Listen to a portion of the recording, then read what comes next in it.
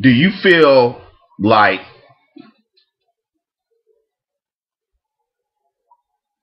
nothing you do is working in terms of your job, your career, relationships, and the like?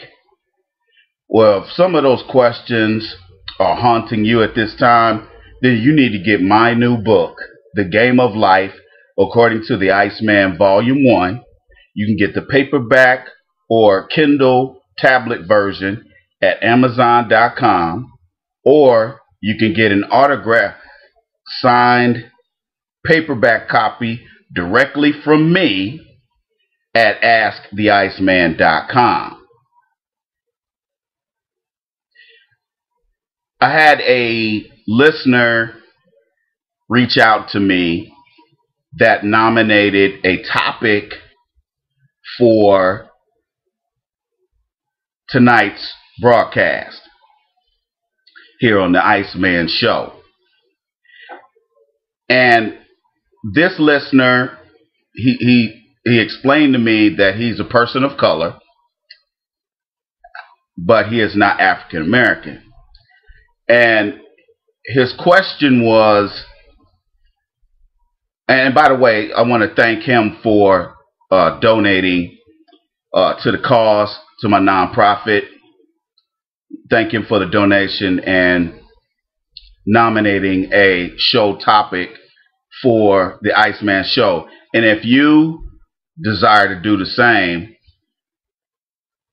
go to AskTheIceman.com, scroll down to the donate button, donate at least $30 to my nonprofit. And the reason why I say $30, I say $30 because PayPal takes fees out for processing, and usually anything under about $30, I really don't want to give PayPal free money. So that's why I say at least 30, because it makes it worth it. Anything less than that is kind of like, they're going to get a good portion of that. Anyway, the listener the subscriber was asking me, well, what is the problem? I'm a business owner. I'm a person of color. I happen to not be African American. Why is it I happen to be black? Or why is it that a lot of black people struggle to start businesses? And that's a good question. As a matter of fact, let me grab my cell phone, because there were some other things that he asked me that kind of play along with the original question, and I want to bring that up so that he can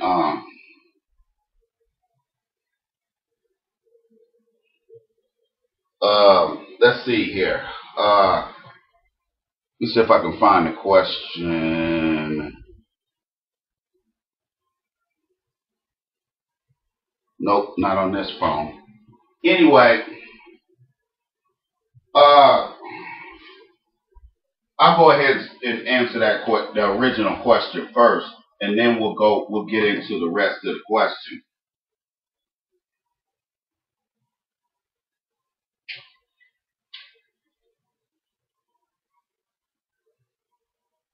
I'll go ahead and get into that.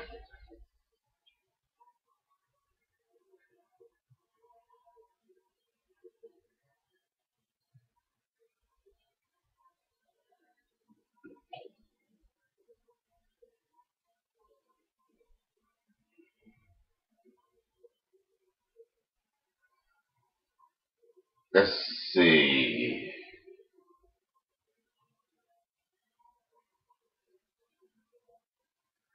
Let's see if I can find the original one, because I got my phone now.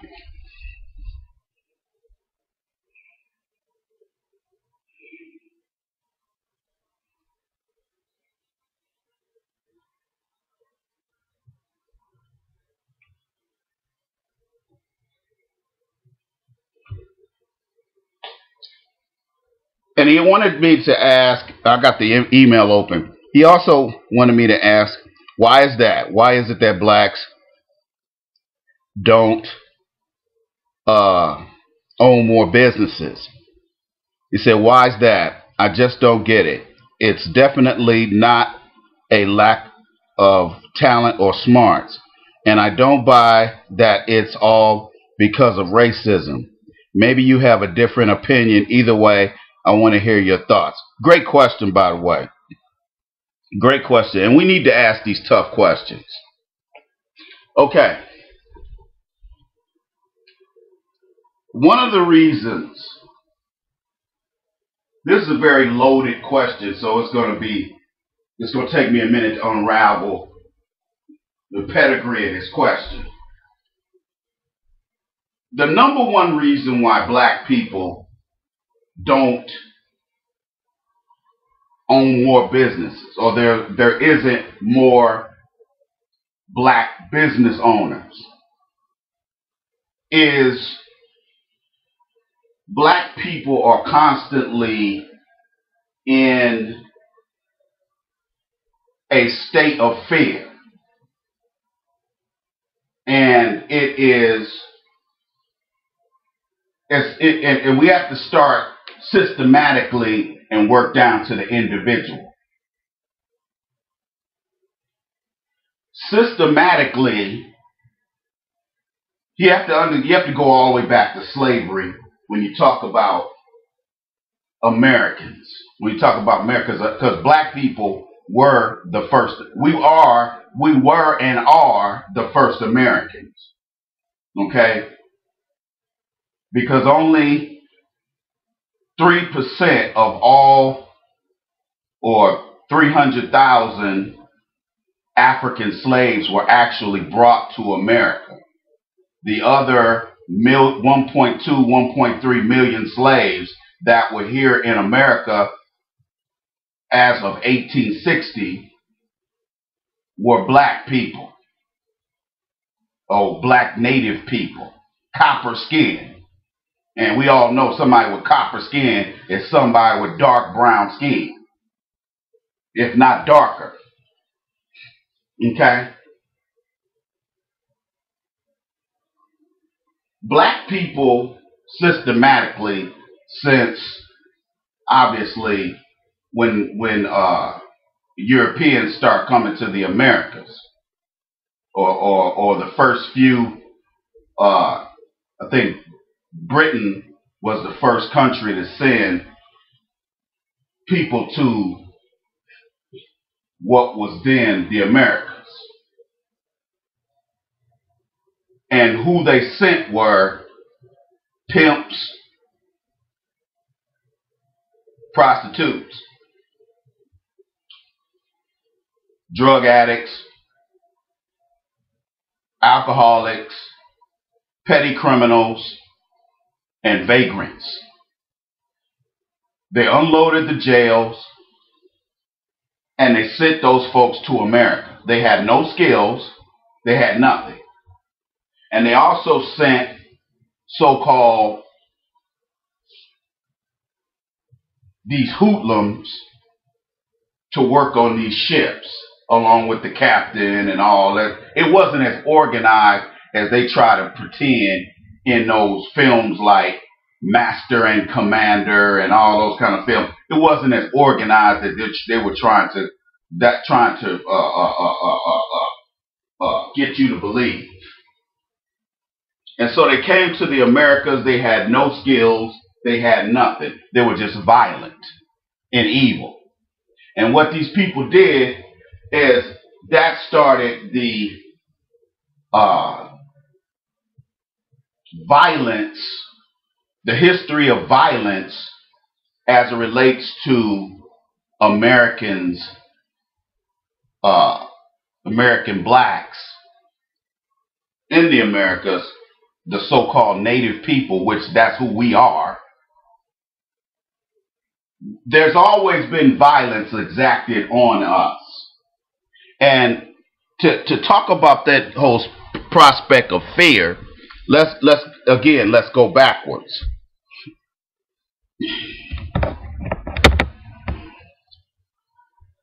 some of the tactics that the slave holders, the slave owners, and the operations people who were the overseers, a lot of times what they would do is they would shift in order to affect all of the slaves on the slave plantation. What they would do is they would do things like this.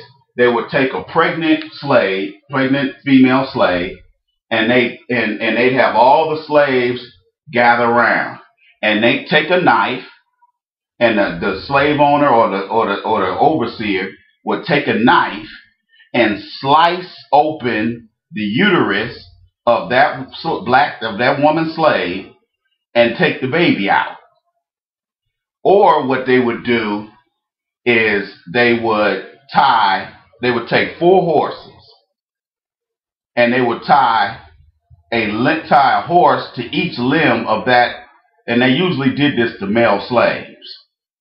And they would tie each limb to each horse, and then this is stuff they did for fun.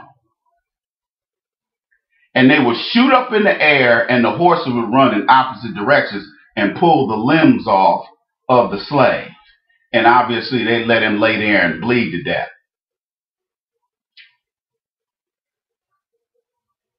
They also would cut the testicles off most of the time, but some cases they cut the testicles and the penis off of the male slave.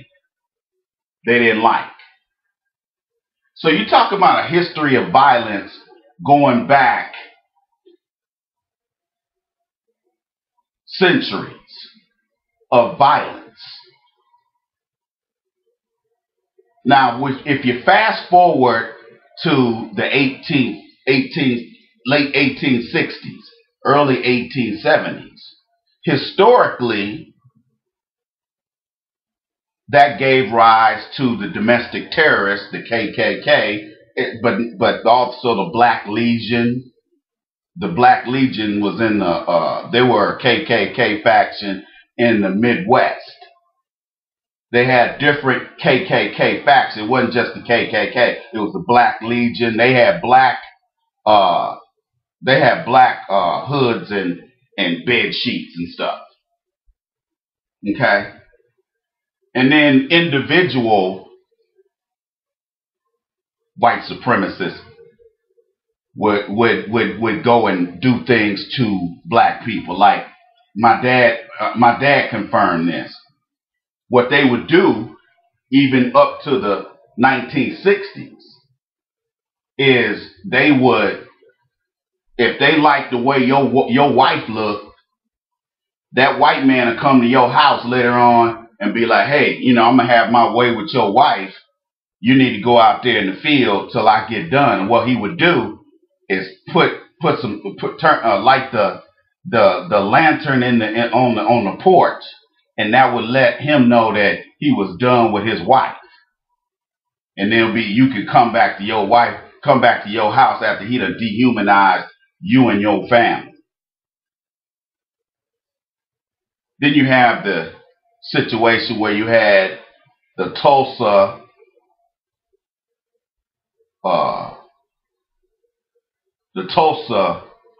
situation, the Tulsa, Oklahoma situation.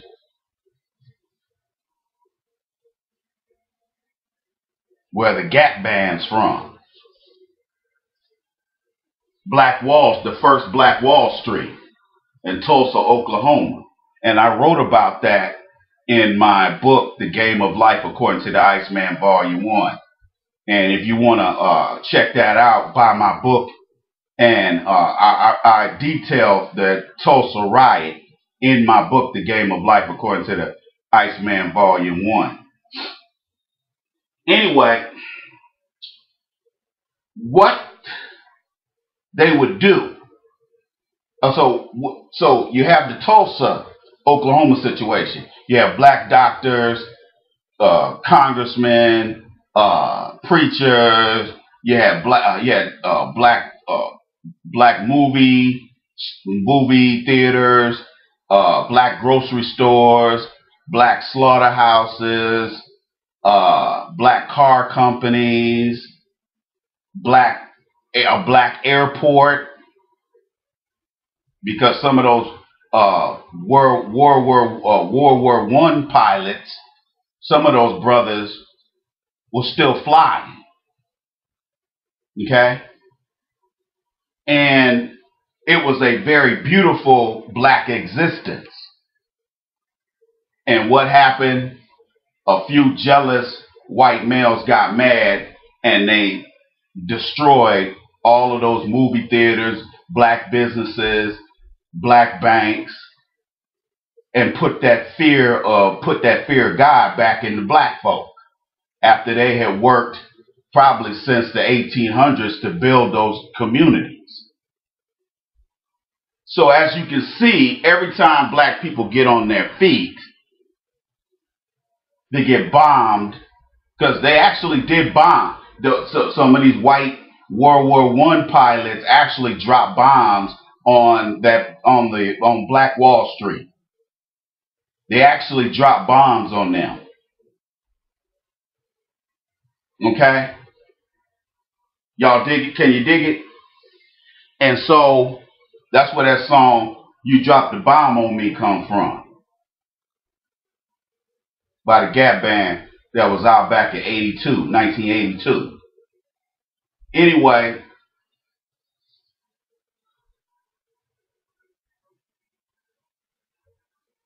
as you can see historically, every time black people got on their feet, the white supremacists would put their foot on their neck. And we're not just talking about physical violence. We're also talking about policy violence. We're also talking about law, the rule of law being used to subjugate black folk. So you had laws that said black people couldn't go to certain parts of town. You had laws that said black people couldn't eat in these restaurants, or go over here, or go over there. And these laws are still on the books, to be honest with you. If you didn't, in case you didn't know, these laws were still on the books, are still on the books. I know that's hard to believe, but they are. And so what you don't see, you have to understand about other races looking at the American black existence.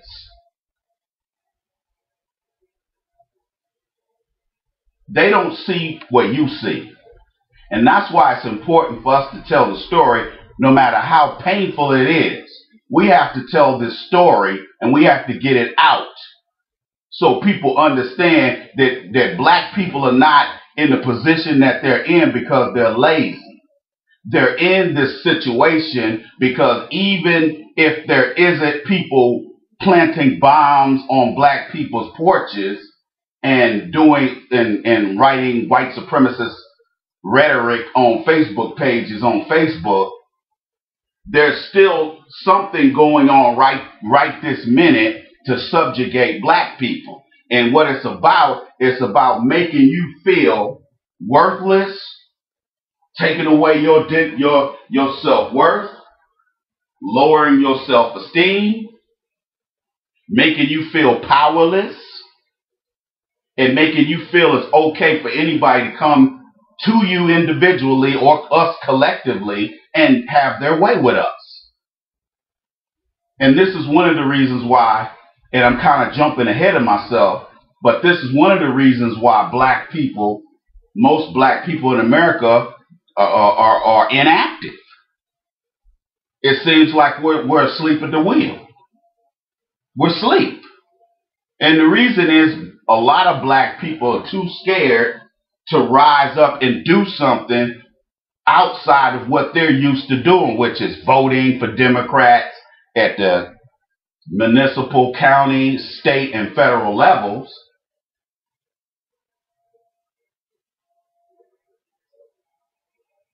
And expecting black and white and other races of people politicians to act on our behavior. Act on our behalf. And as we've seen over the last 50, 60 years, and especially at the federal level in Congress, nothing has been done to give black folks any kind of uplift. And this is how a lot of black people get caught up in crime, because you have to understand something. Like, for example, this Austin bomber, this little, I'm not gonna cuss on this video, so I'm gonna leave it at that.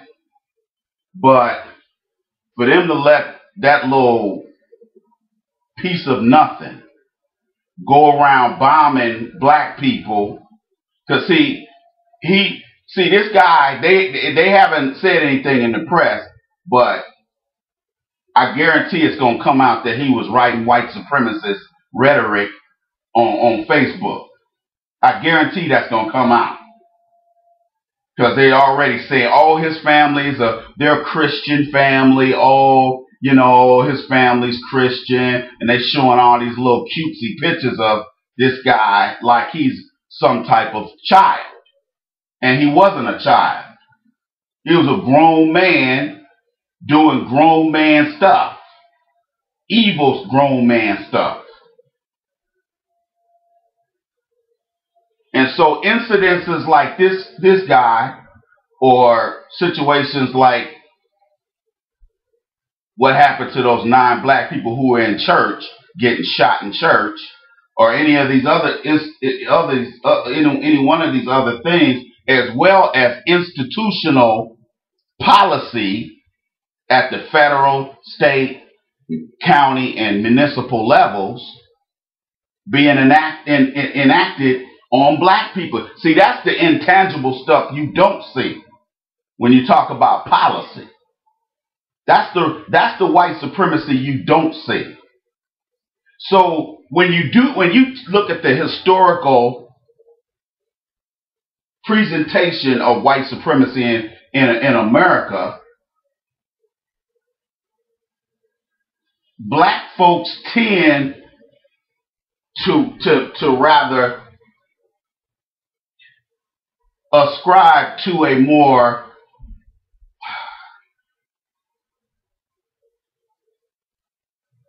invisible, I don't want to say invisible, but we reserve ourselves to being in the shadows and not being a part of the, grasping a part of the American dream, because we feel individually and collectively that as soon as I stick especially a black man, and a lot of brothers and sisters feel this way,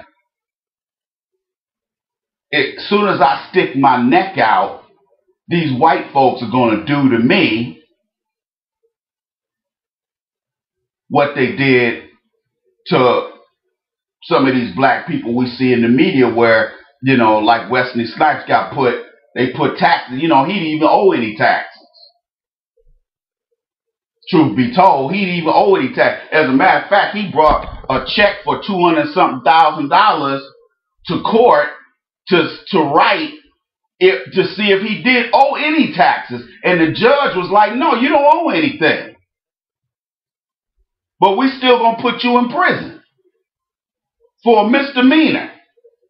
Because it wasn't because if my memory serves me correctly, Wesley Snipes didn't get sent to prison for felony tax evasion. He beat all those cases. It was some misdemeanor stuff that carried imprisonment. They were A-level misdemeanors, which is why they carried so much jail time. And what that judge did is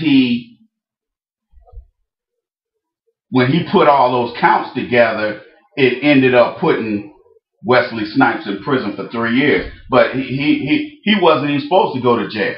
Matter of fact, he wasn't even supposed to be charged with anything, because he actually was given a refund check in court. But see, we don't know. Most people don't know that though. Most people don't know that Wesley Snipes actually didn't owe any taxes.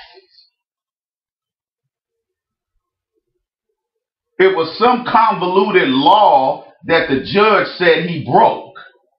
And it was mainly the fault of his handlers, his CPA, the CPA firm that he hired. It was them that should have been put in jail because they had advised other clients, you don't have to pay any taxes. And these folks was like, man, you tripping. What you talking about? I don't owe no, I ain't got to pay no taxes on $7 million. What the hell are you talking about? And so what it ended up happening is that instead of those Caucasian folks that ran that CPA firm going to prison, they sent Wesley to prison. And see, most people outside of American blacks, they think when we talk about these kinds of stories, they think oh, you guys are making this stuff up. This racism ain't that bad. Come on, pal. Racism ain't that bad. You have to understand something. There's different facets of white supremacy at all levels of our society, in all facets of our society, whether it's education, the military, law enforcement, the courts, whatever. At your job, and let's face it, they're not really intimidated by other races of people of color. They're not. They're not scared of you. And the reason why they're not scared of you is because, first of all, they don't see the same threat from you as they see from mainly black men, but also black women too. They don't see the same threat from you. And so you might say, well, how can I be an Asian person or a Latino person in America if nobody's bothering me and trying to shut down my business? How come black people don't do more to get themselves out of mental and emotional and social bondage? Well, first of all, when they and going back to slavery, I'm gonna go back to slavery and then I'm gonna move forward. First of all, what a lot of people don't understand is going through a traumatic experience like slavery and then Jim Crow, because Jim Crow actually still exists today.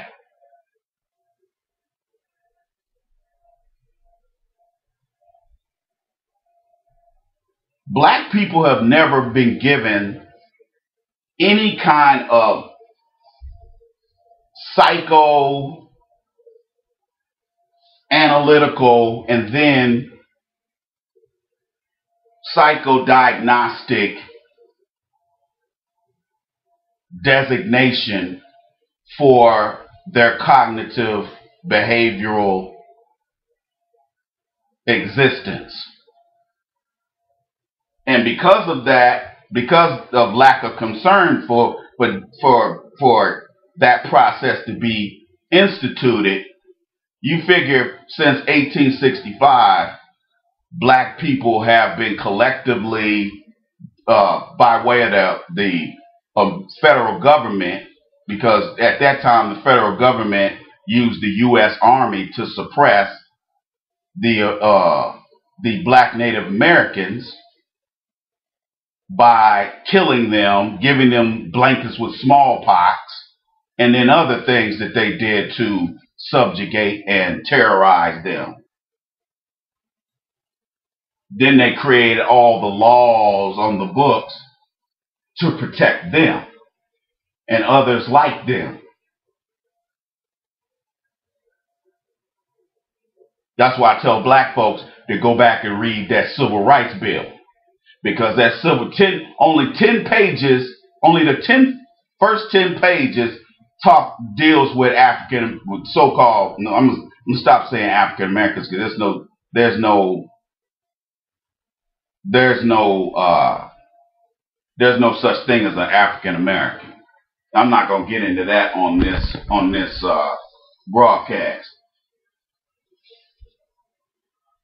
So you have to understand, black people have been either passively threatened with violence or outright threatened with violence. And they've also, and these white supremacists have the letter of the law that they can stand behind to keep black people in check. I mean, look at this thing with Michael Bennett, the brother who used to play for the Seattle Seahawks. Look what they did to him. They trying to accuse him of pushing over some paraplegic, elderly, Caucasian person.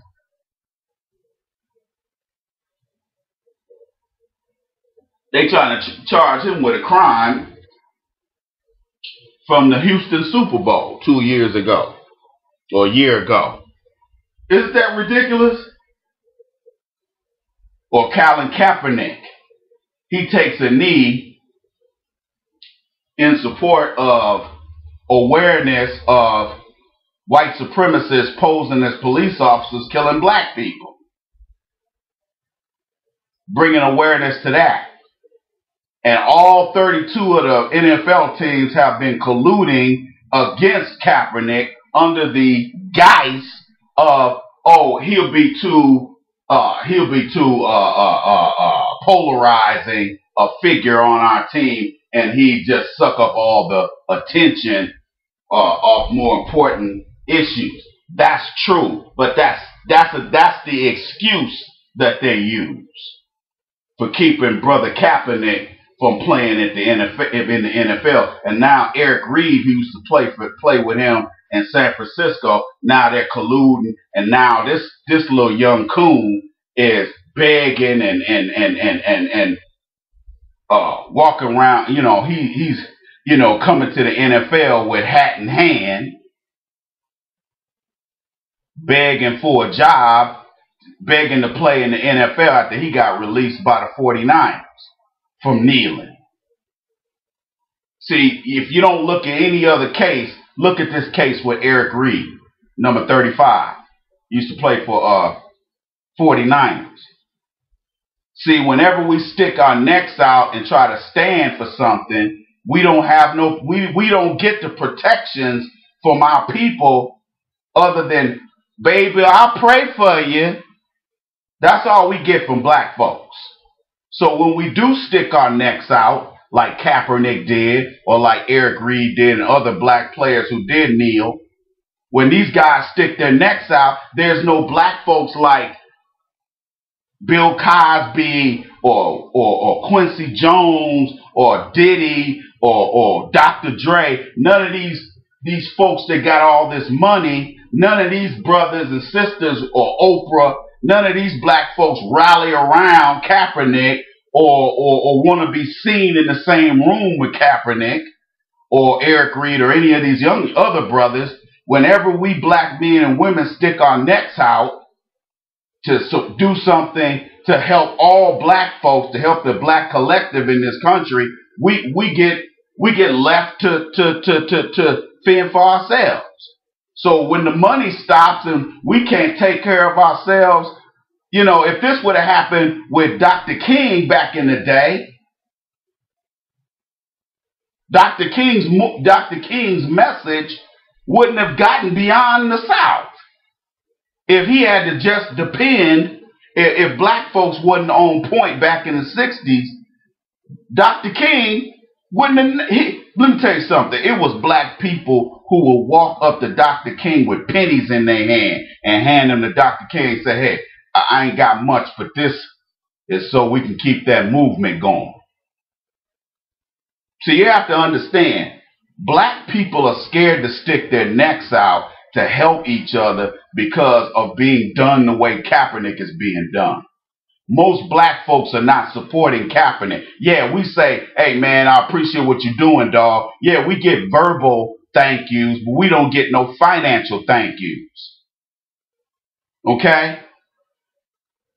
And so a lot of black people say, hey man, I'm not going to stick my neck out here to go start a business and try to build a business to help take care of my people because I'm not going to get any support. Okay?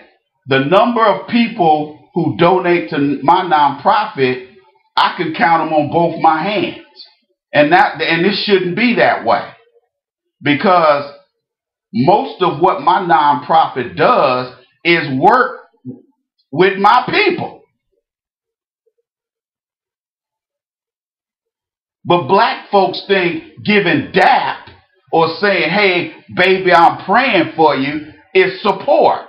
And that's not support when you got black folks like Kaepernick or other black folks who want to stick their necks out and say, hey, I'm here for you. I'm going to go ahead and take a chance and fight for injustice in this country because I know y'all going to have my back. Black people, a lot of these brothers and sisters will not do it. And they choose to coon and become Negro bedwenches because they feel powerless. And it's easier to lay in the shadows and work a miserable job and get called the N-word at work or get treated like the N-word at work and suffer in silence and maybe complain at the family barbecue or at the family reunion when I get drunk, rather than stick my neck out like the Iceman is doing to start businesses and employ our people. That's how we think. I'll give you another example. Tariq Nasheed, some guy, I ain't even gonna name his name, but somebody did a hit piece on Tariq Nasheed. I don't know when they put this video up, but I think it got put up last week, talking about what happened to Tariq Nasheed. And this guy is taking all these little excerpts from different videos and broadcasts on TV, and he's created this hodgepodge of footage that makes Tariq Nasheed look like a charlatan when he really isn't. And I don't totally agree with everything Tariq does or says, but I support his intelligence. I support what he does as a businessman, and he does employ black people. Again, if you want to know why a lot of black people will not start businesses and stick their necks out, it's because of what I just talked, this situation with Tariq Nasheed. You got, this guy creating a hit piece on Tariq. Like I said, again, I don't agree with everything he says and does. I think some of the stuff he does is very redundant. But at the same time, I support him. I support his overall message, and I support his motives, which is to create products and or services to sell mainly to his people. And I support that.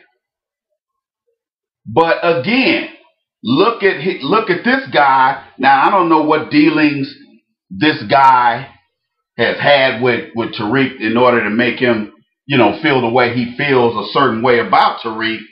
But I think it's disingenuous for somebody to sit up here and create a 45-minute video crapping on Tariq. Because this guy is doing, I haven't seen him do absolutely anything for black people other than make really strange videos and post them up and try to act like he's some secret sleuth that, that this brilliant guy that, all he knows how to do is just work editing software.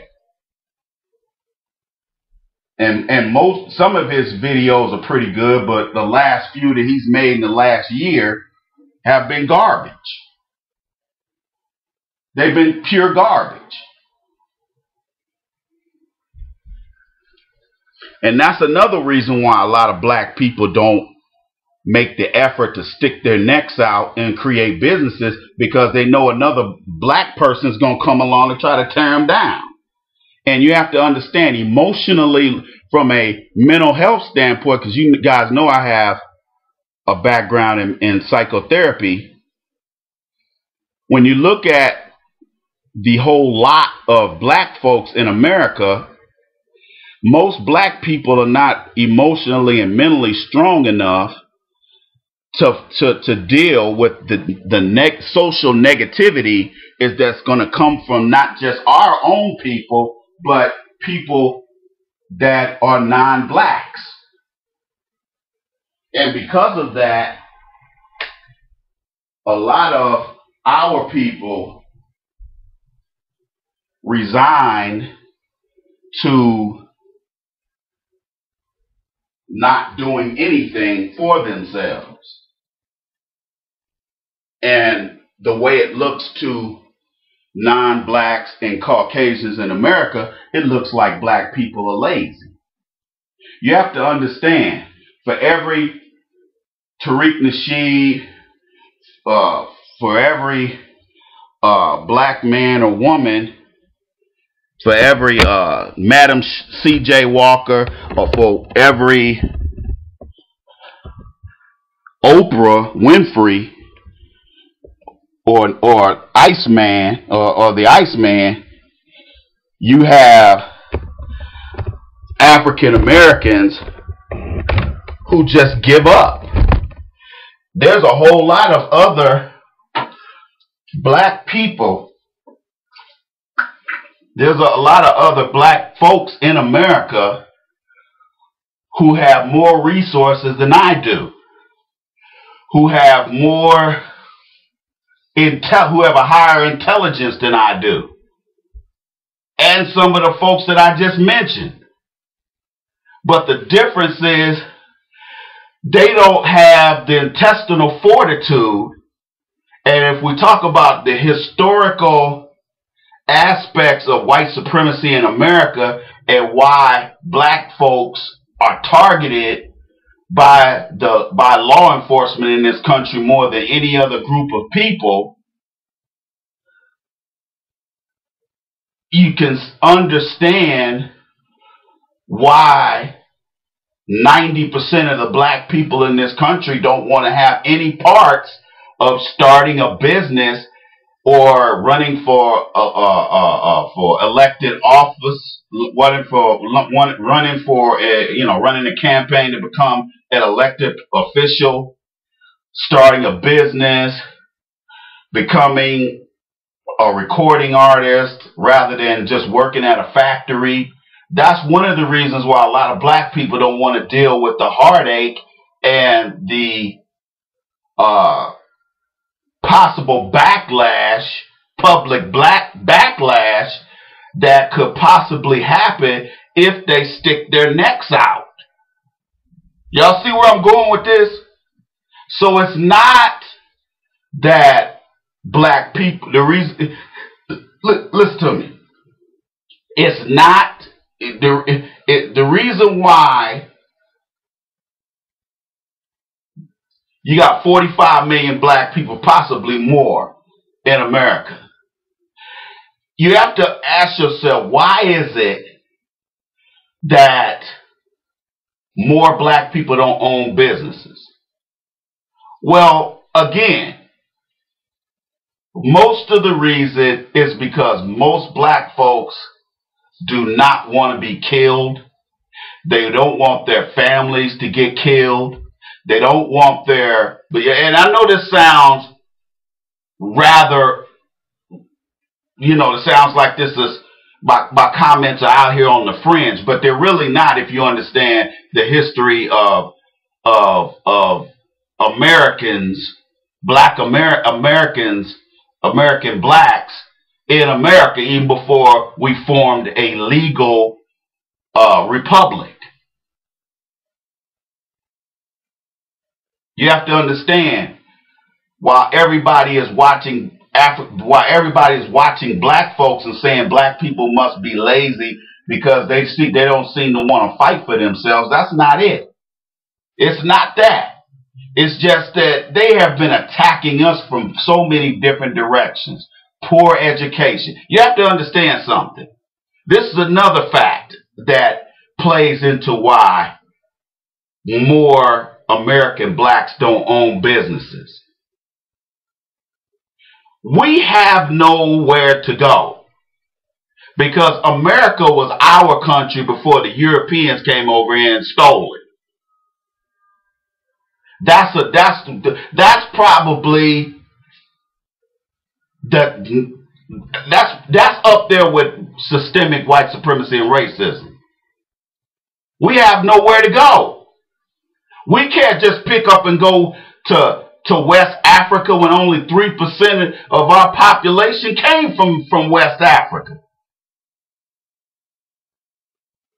The other 97% of black people came from, are from, and came from America. Whether it was North America, whether it was the area known as Mexico today, or Central America. We were here first. We were here before the Mayflower. We were here before Plymouth Rock. So you can't just say black people don't want to own businesses or stick their necks out like that. It's mainly because of laziness. Because a lot of other races love to say, oh, black people don't want to do anything because they're just lazy. No, they get attacked and they have no foundation. We don't have a governmental agency that looks out for us. Name one state in the union that will say, hey, for all the political black political prisoners in America, you can come to our state and live free and not be messed with. Name one state in the union of all 50 states. Name one that is friendly to black people. I'll wait.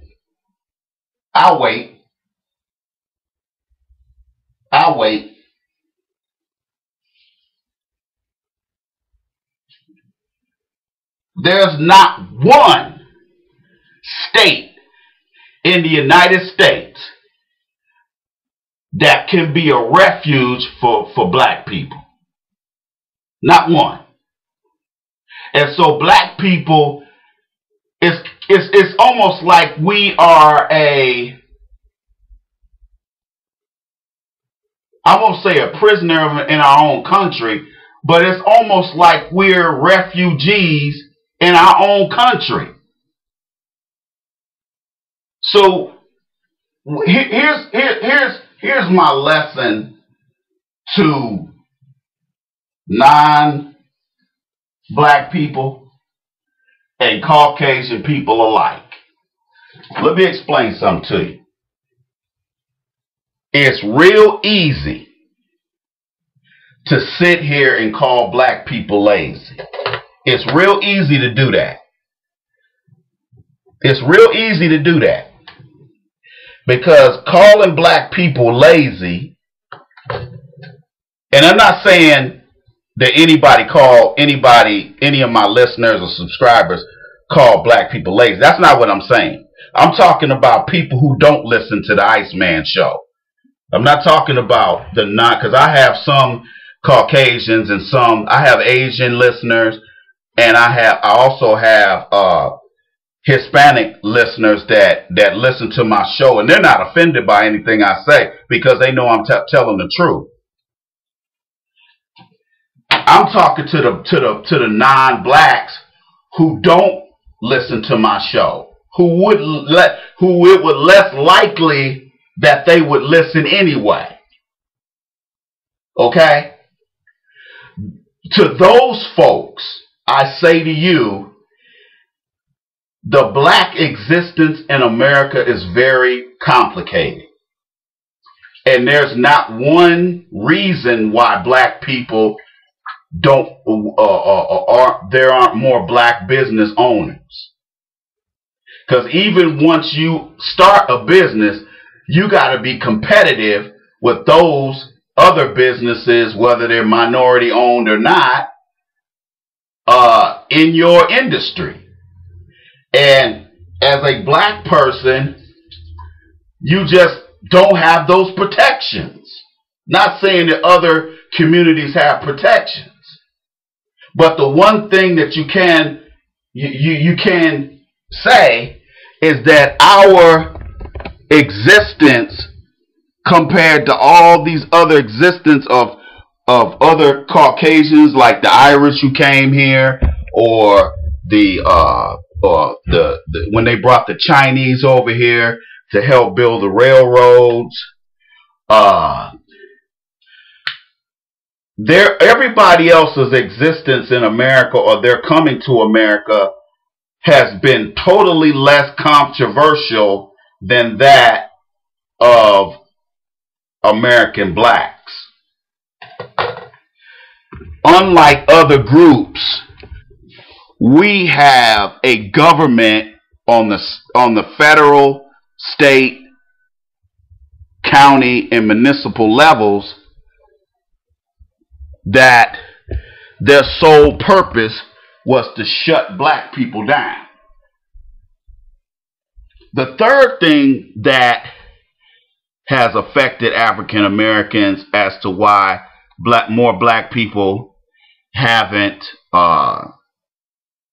tried to start their own businesses is this whole issue of being lied to by white and black politicians, whether it's at the federal, state, county, or the municipal levels. We've had mayors over the past 50 years tell us, oh, if you vote for me, I'll make everything right. You got black congressmen and women who have said, hey, elect me, I'll make everything right. You're going to have a friend in D.C. We had a black president who was in office for 8 years and didn't do not one thing definitively to get black people out of social, economic, and political bondage. He did absolutely nothing. Yeah, he created health care, but that helped everybody. That wasn't just for black folk. He didn't create black health care.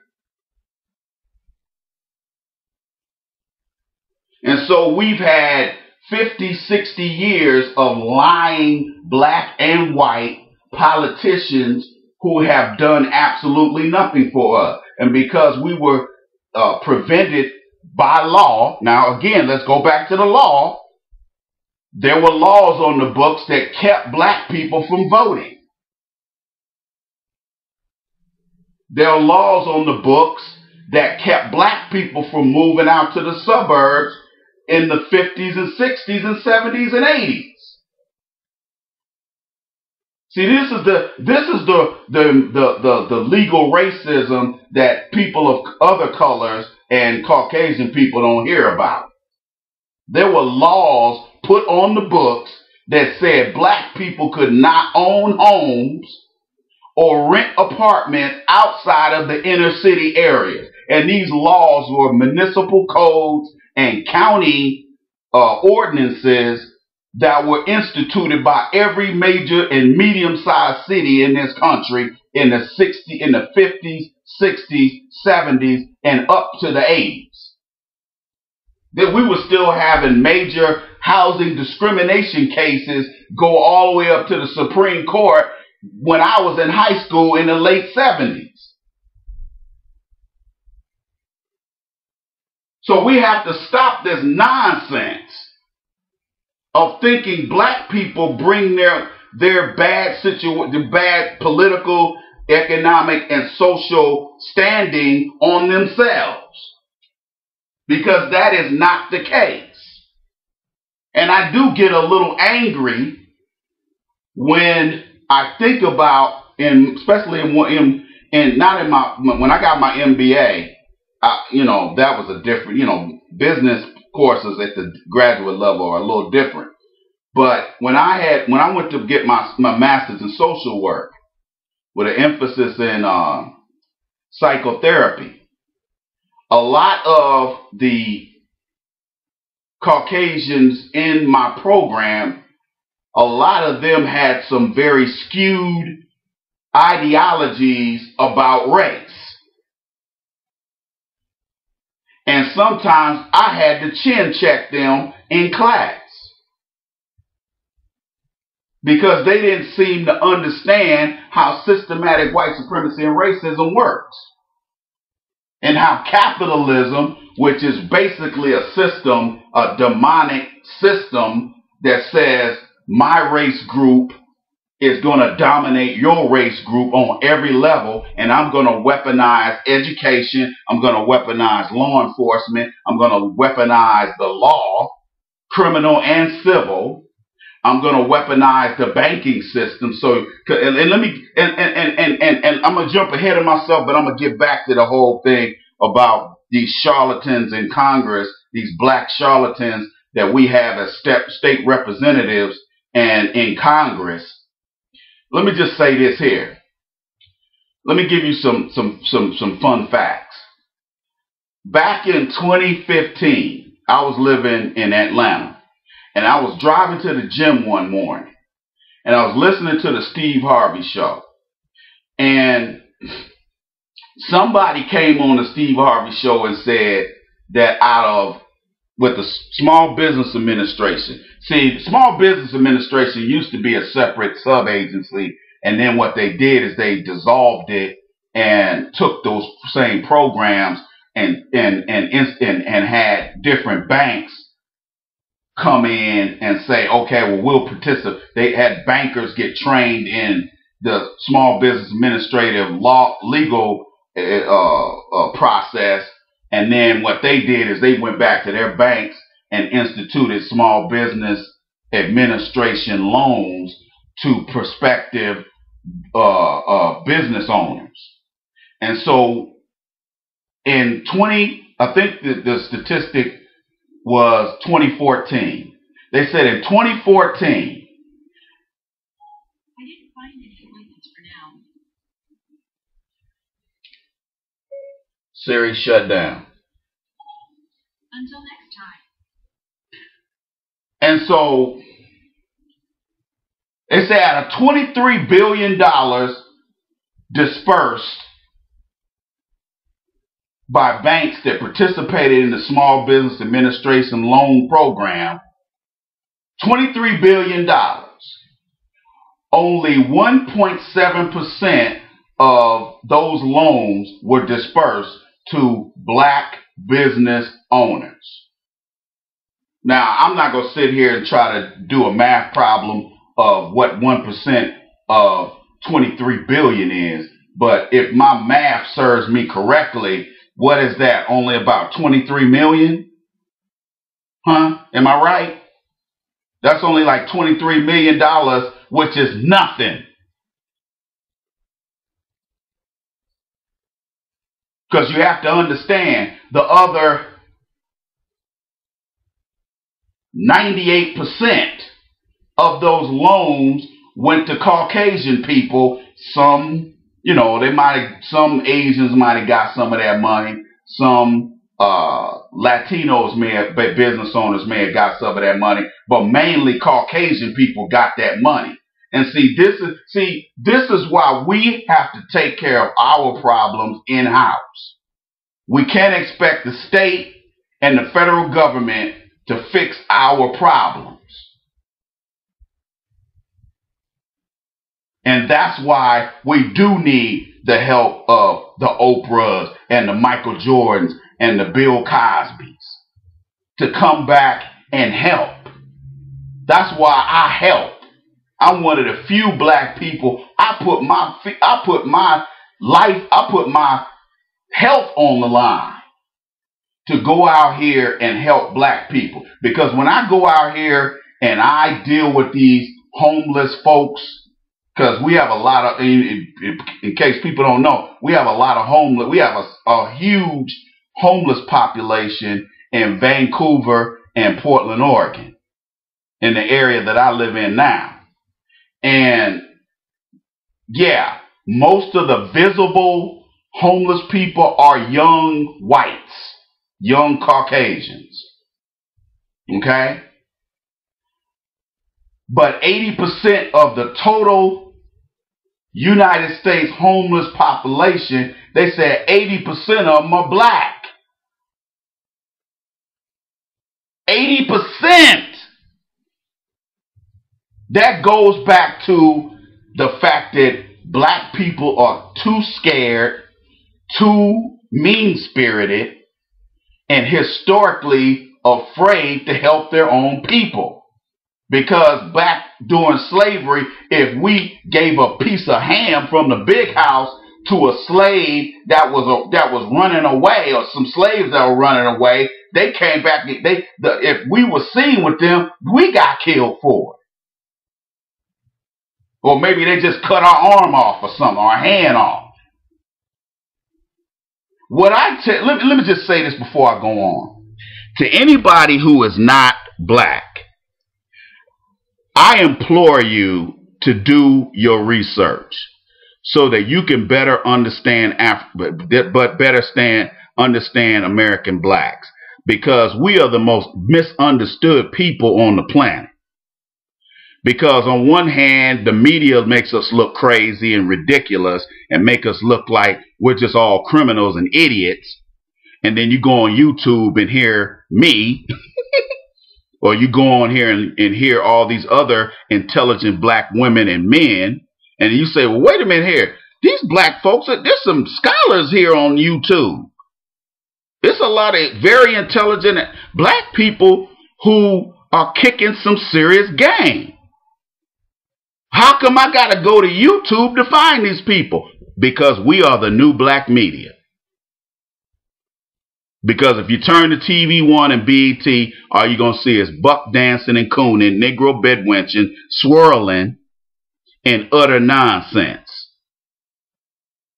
What you're not going to get is the real, which is what you get from me and a lot of other black providers here on YouTube.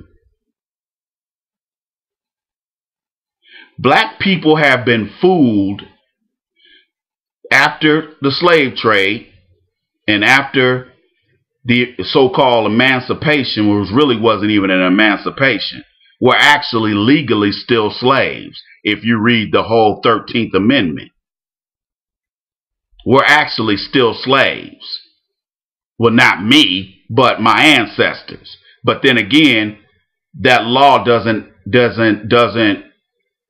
decipher whether we're talking about being grandfathered in as a slave, even though I was born here in this country and I wasn't technically the legality of chattel slavery has ended, but it has it has morphed into something different, like mass incarceration or harassment by law enforcement.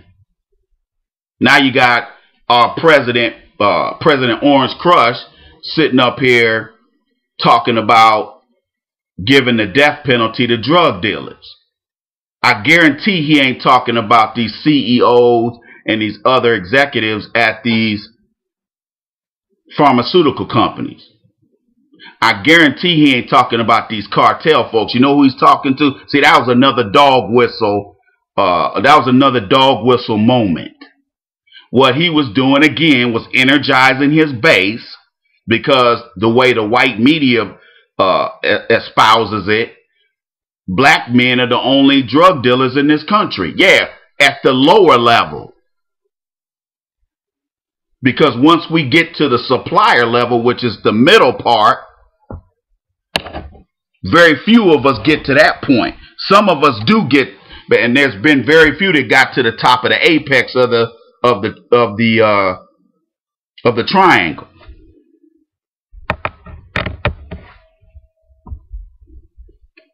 So they get rid of us. They put them in prison for life.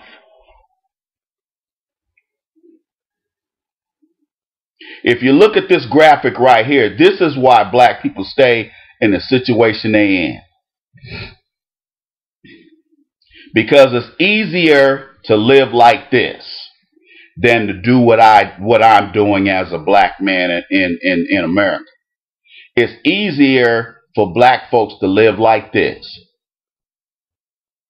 than to rise up, because black people are smart enough to know that if we collectively rise up, there's going to be some bloodshed.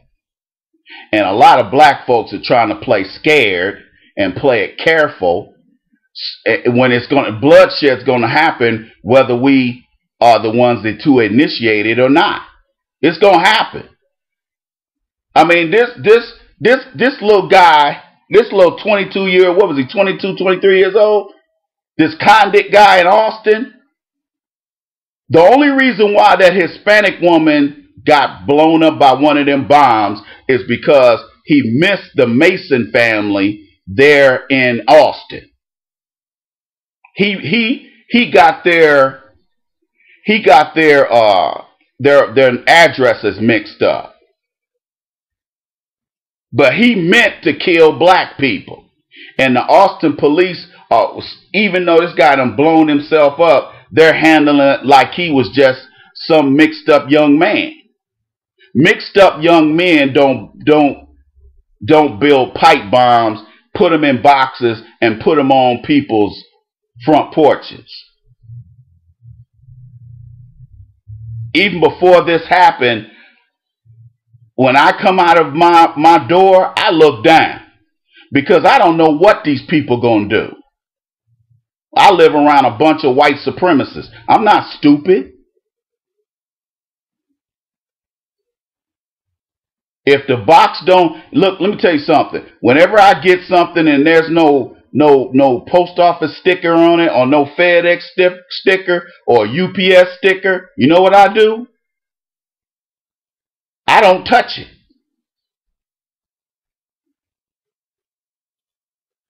Now, I don't know if some of you know this or not, but in certain areas, the post office does drop off packages on Sundays.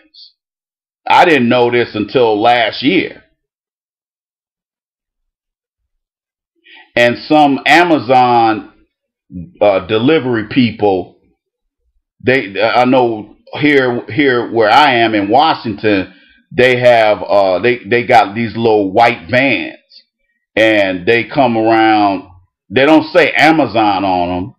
I forgot what they say on them, but they do have an Amazon sticker on them, but it's not real. It's not a very big,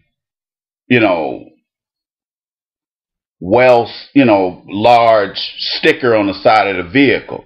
But they have an Amazon shirt on. And sometimes they'll make deliveries, but I guarantee they scrutinize those folks.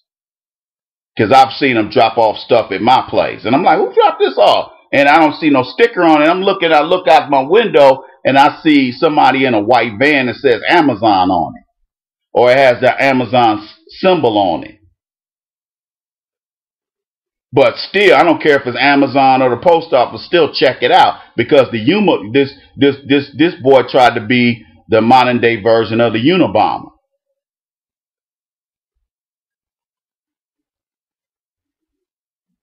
Black people have been trusting black and white politicians to do things for black folks, and as you can see, a third of us live the way these black people live on this graphic right here, on this meme. Most of us live like this. And it's not necessarily their fault. Because, again, most black folks in this country will say, well, hey, I can start my business, but hell, they're going to probably do me like they did Wesley Snipes. Or they're going to do me the same way they did such and such over here. Or some white woman will lie and say that, this guy raped him when he didn't. So even though he didn't do it, it still ruins this guy's reputation in his local community. Because them white folks really don't want to trust no black man anyway. It's just like O.J. Simpson. O.J. Simpson didn't kill them two people, but the media made it look like he did. And then they had all these lying white folks talking about, oh, I saw O.J. racing down the street and all this kind of stuff. Man, come on.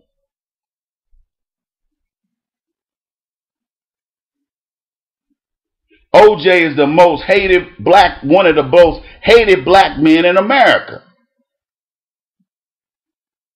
Even though he didn't kill anybody.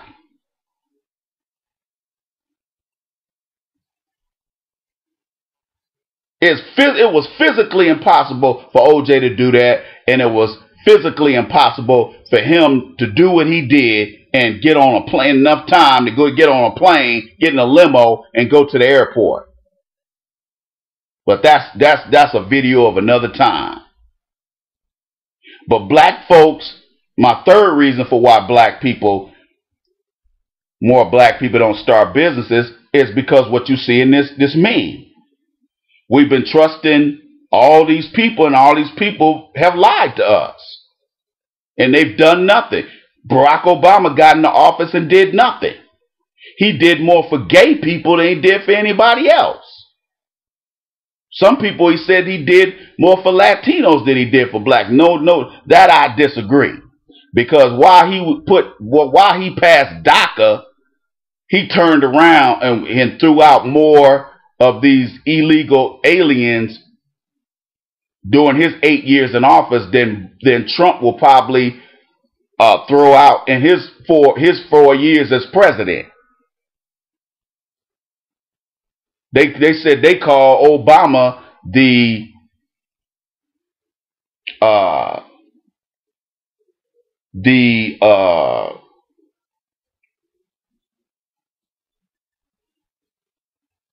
they forgot what they call him. I heard it on NPR today.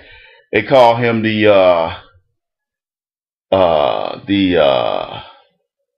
something is that they said immigration president, but that's not what they said. They said they called him the deportation president. That's what they called it. He just did it on the low.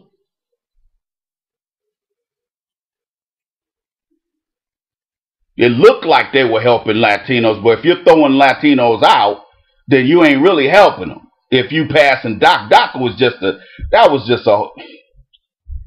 little, let me pat y'all on the head, make y'all think I care about y'all legislation. Because as you can see, they've dismantled DACA. And the only thing holding it together is a couple rulings by federal judges which won't hold once they take that case all the way to the Supreme Court. Because that case they'll hear. But black people have put their trust in the government because of the Voting Rights Act and the Civil Rights Act. No, I know what I was talking about, the Civil Rights Act, the first 10 pages. The first 10 pages of the Civil Rights Act deals vaguely and ambiguously with that of black people in America. The last part of the other 50,000 pages of the Civil Rights Bill had to do with protecting citizens from foreign invaders. Okay? It also was protecting American citizens from being taken over in coups and stuff like that. Only 10 pages dealt with us. And it didn't directly deal with us. The legislation is very ambiguous.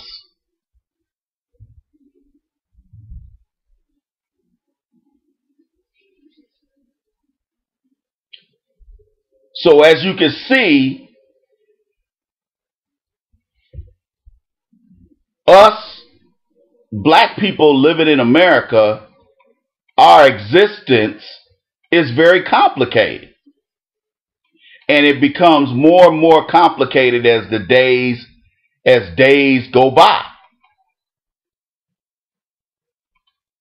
it becomes more and more complicated.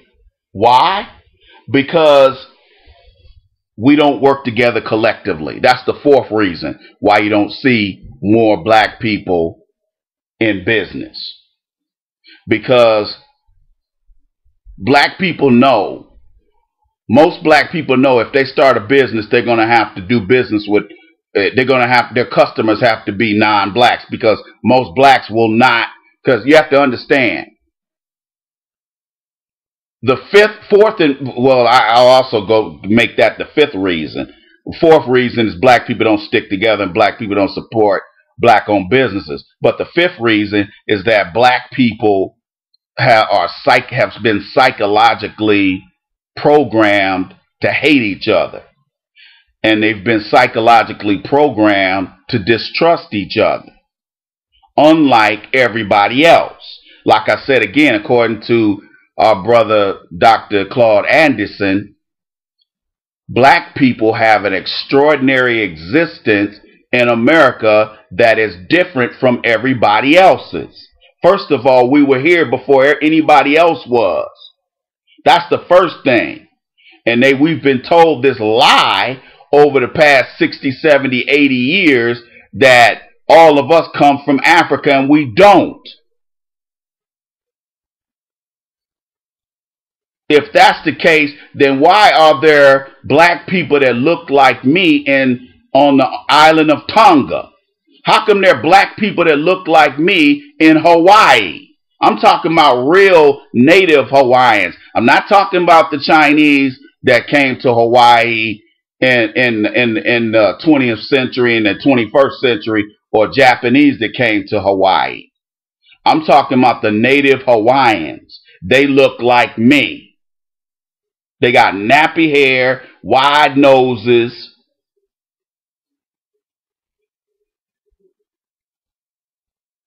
I remember one time I was talking to a Samoan guy, and I said, man, I didn't know y'all looked like us. And he just started laughing. He said, yeah, man, we got a lot in common. I used to hang out with Samoans when I was in the military.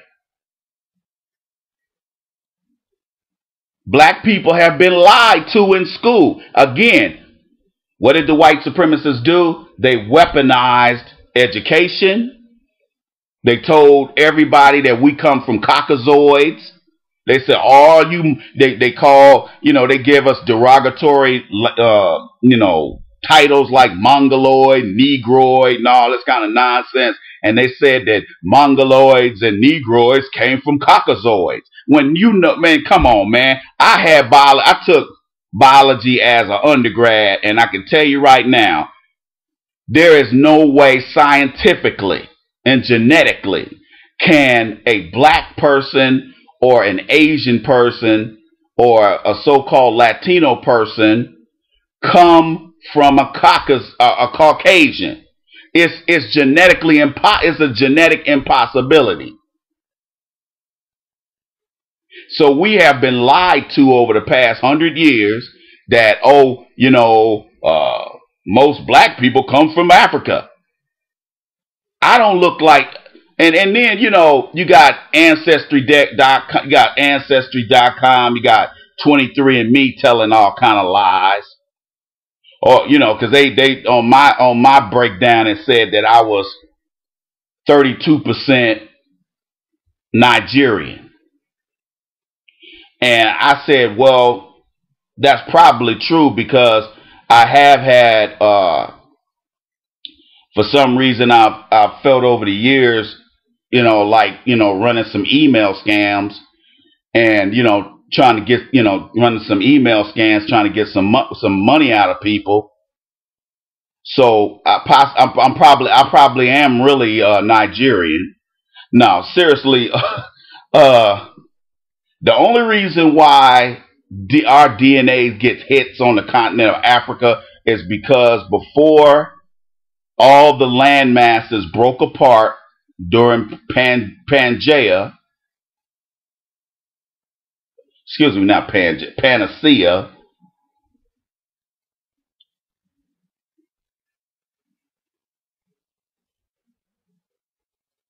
black people all over the world. and we also migrated all over the country, all over the world. And once all the land masses broke apart and created the oceans that we have today, that's when people got dispersed, and you know, people's physical traits changed to match the climate in the areas where they live, in order to protect the human body from either cold or from intense heat. That's one of the reasons we have 9 ether hair and our hair is nappy, because we come from hot climates. And those of us who migrated to other areas, if we began to have certain Asian features or other features that are privy to people who live in that particular region of the world, it was based on evolution. We evolved to look like that or behave in those ways according to what was going on in where we were, as far as our anthropology, our culture and all that stuff, and language and all that played a part in all of that. But to wrap this thing up, ladies and gentlemen, I want to say this to you. Black people have the potential of doing great things, but a lot of black people are just not necessary. It's not that they're not motivated. They're just either too afraid to do anything beyond what they're doing, which is maybe just existing and barely getting by, going in and out of prison. That's a social position that black folks have resigned for themselves. That don't necessarily mean they're happy with it. And we're not lazy people, but you're right. White supremacy is not the only reason why black people don't own more businesses. It's a very complex and a very complicated issue. And we are very extraordinary people that come from extraordinary circumstances. So our situation, just giving us, even if they just gave African Americans that are what's equivalent to a 40 acres and a mule, which is what they were supposed to give us after slavery, but the racist President Andrew Jackson did away with that. Even if they did give us a couple $1 trillion, do you realize how many of us would blow through that money because we're just not equipped emotionally to handle it? I'm not saying, but at the same time, that doesn't mean that only a handful of black folks should have dominion over all these other black folks just because they may be in a worse social situation than, say, somebody like myself. That doesn't mean they deserve to be locked up in prison or, be given bogus criminal charges just because they're black and in the wrong place at the wrong time. This is a very complicated issue, and hopefully I did it some justice. But you have to understand, it is not, I'm going to say this, and I want all of you guys to hear me, it is not black men, women, and children's fault that we don't have more black business owners in this country. However, let me be the voice of reason and tell you that it starts with you. You have to look in the mirror and say, I love myself. And I love myself not to sit here, I love myself not to sit here and work this job, this dead-end job for the rest of my life. I love myself enough to want to start a business, and being that I really don't know what I want to do, I'm going to reach out to the Iceman and send him an email and get the ball rolling. You can do it, but it's going to take effort on your part. And I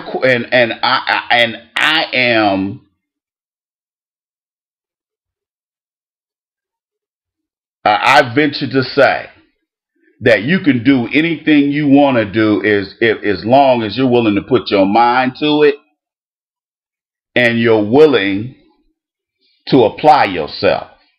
Because if you're not willing to apply yourself, wanting to start a business isn't going to help you. That's not enough. It's going to have to be in you. It's going to have to be in you, dog. It's going to have to be in you. Because at the end of the day, intestinal fortitude is what is going to get you in a position where your intelligence and your training is going to kick in to help you become